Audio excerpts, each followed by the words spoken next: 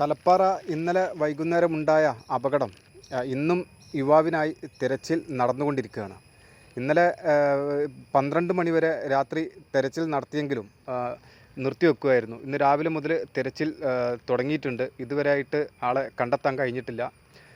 അദ്ദേഹം തലപ്പാറ വലിയ പറമ്പ് സ്വദേശിയാണ്. 22 വയസ്സായിട്ടുള്ളൂ എന്നാണ് അറിയാൻ കഴിയുന്നത്. ഏതായാലും ഊർജിതമായ തെരച്ചിലാണ് നടന്നുകൊണ്ടിരിക്കുന്നത്. ഫയർഫോഴ്സും ട്രോമോ കെയർ പ്രവർത്തകരും ഒക്കെ സജീവമായിട്ട് രംഗത്തുണ്ട്. കൂടാതെ തിരൂരങ്ങാടി CI ഉൾപ്പെടെയുള്ളവർ സ്ഥലത്തുണ്ട്.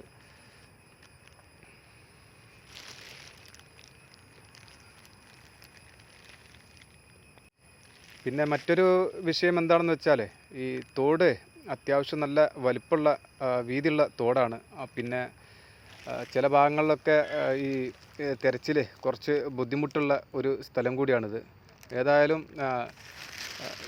ഇവർ ട്രോമോ കെയർ പ്രവർത്തകരും ഫയർഫോഴ്സും ഒക്കെ ഊർജിതമായി തെരച്ചിൽ നടത്തിക്കൊണ്ടിരിക്കുകയാണ്.